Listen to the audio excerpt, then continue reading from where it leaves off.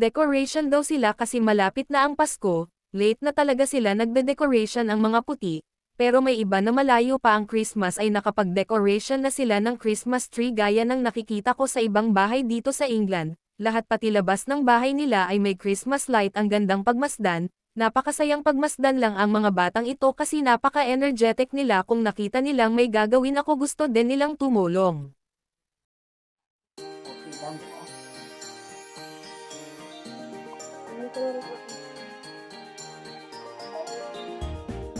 Jingle bells, jingle bells, jingle all the way. Oh, what fun it is to ride in a one-horse open sleigh. Jingle bells, jingle bells, jingle all the way. Oh, what fun it is to ride in a one-horse open sleigh.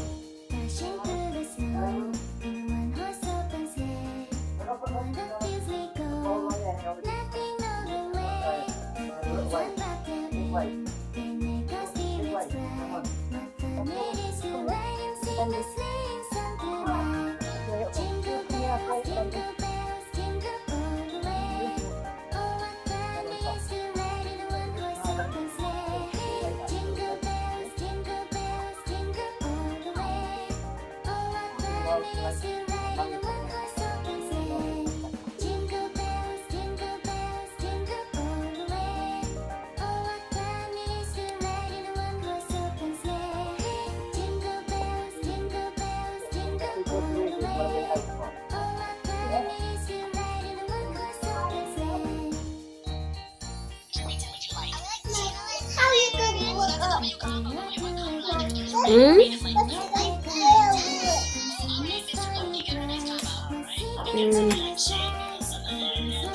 Natapos din ang pagdekorasyon nila Stewart at Iris.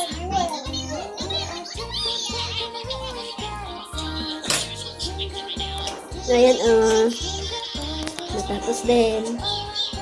Yan, ang Christmas tree na nag-decorate ang mga bata.